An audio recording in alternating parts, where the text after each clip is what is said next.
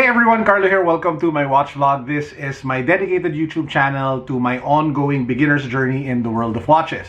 And if you've been watching this channel, you know I love G-Shocks. This is currently one of my favorite pieces, which is the limited edition collaboration with Bape, one of my favorite streetwear brands. Now in today's episode, we are going to unbox and check out another G-Shock that I picked up. This one I bought actually a few weeks back, or maybe even like a couple of months ago, but I finally got around to shooting this video and sharing it with you. It's one of the more expensive G-Shocks that I've ever picked up. In fact, if I think about it, yeah, this is probably the most expensive G-Shock that I bought to date. This is my first G-Shock MTG. I think it's called like the B1000D DCA or something like that. It was relatively pricey because usually if you think of G-Shocks, here in the Philippines, they sell for like anywhere from 5 to 10,000 pesos. That's roughly like $100 to $200. This one sells for over $1,000. I think in some shops they even sell it for like $2,000 for sneaker reseller shops or watch resellers. Some of them even sell it for $3,000. I got it at a really good price. Again, I got it from our good friends from Tokyo, one of my favorite multi-watch brand stores here in the Philippines. So we'll unbox it, check it out, take a closer look. Let's go.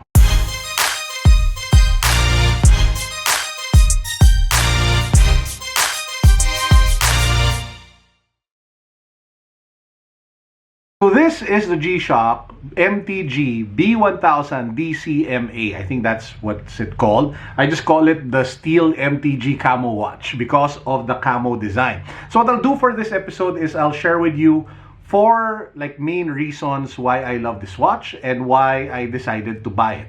So the first one is really all about the design. Like what I mentioned earlier, it uses some sort of like camouflage print that you can see on the band as well as the bezel of the piece. So that is one of the main reasons why it's expensive, because G-Shock had to create a special production line to be able to produce that camo design, because apparently the camo is hand laser printed for every watch. Yes, you heard that right. It is hand laser printed, which is insane considering the detail and the level of effort that they needed to put in to produce this piece. Actually, let's take the Bape watch off my wrist and put this one on first, because wow, looks really nice. I really love this watch. No, it's one of those G-Shocks that looks elegant and expensive, because usually when my wife takes a look at the G-Shocks that I have in my collection, the first thing that she says is that they don't look expensive, that they look okay, they're casual, they're sporty, but they're definitely not like expensive. However, when I showed her this watch, this particular piece, she actually didn't think it was a G-Shock,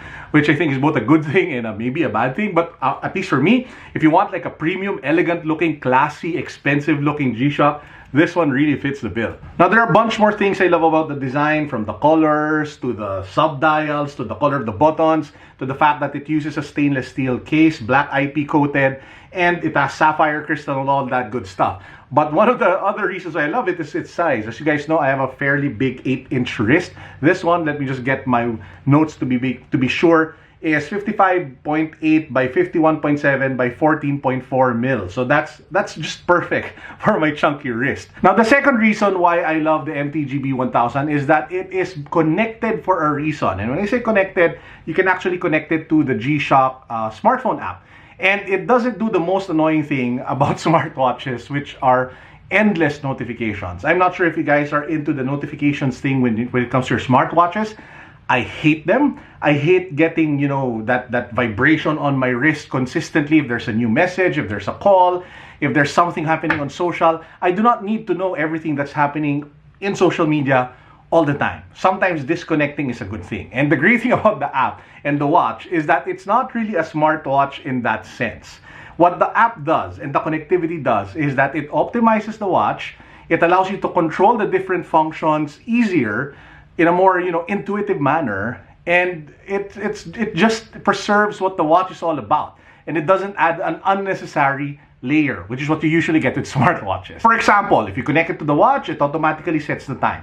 If you connect your phone to the watch, you can set the alarm. You can set the time that you can find on the second sub-dial, because this actually has a dual dial time telling capability. So you have the main hands that you see on the main watch, and then there's this sub-dial at the bottom near the 6 o'clock position, which can give you a second time zone. So if you want to monitor Manila, Me, I monitor Manila and London because we have a lot of partners in London that I talk to, so it's easier for me to check out the time over there without having to Google what time is it in London. The third reason why I love it, just like any other G-Shock, this is tough AF.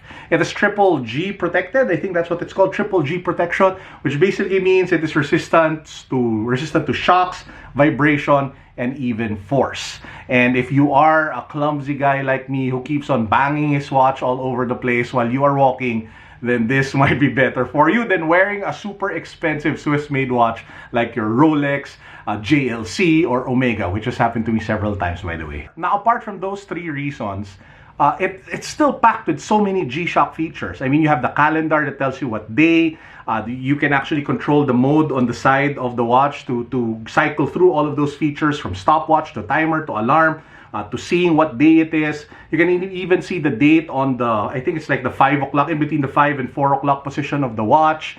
And it's just packed with so many things because, again, it is a G-Shock and it's even solar powered. Heck, it even has Neo Bright, so it can even shine or light up in the dark without having to press the light button of the LED bulb built in the watch. All of those four reasons and all of those features for me makes the MTG a great watch. Now, granted, spending that amount of money on a G-Shock is not for everyone. I totally get you, and it's fine to just buy, you know, any of the entry-level or more affordable G-Shocks. I mean, you buy what's in your budget, what your budget can take, right? But if you are in the market for a premium, high-level, expensive G-Shock to add to your growing watch collection, and you just want something that's really more on the premium end, then I really feel this is a good watch to consider from the G-Shock line. Just pick any of the colors that are available. I know they're kind of hard to get here in the Philippines, but I'm sure if you hit up all of your contacts or the stores that you've built relationships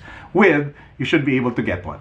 And that, ladies and gentlemen, wraps up this very quick unboxing and on wrist of my new favorite G-Shock. Let me know what you guys think of the piece down below in the comment section. As usual, I will try my best to reply to as many of you as possible. Anyway, with that said, this is Carlo signing out. Thanks, guys, for always watching. Don't forget to hit that subscribe button. Don't forget to hit that thumbs up. Peace. God bless. What's up?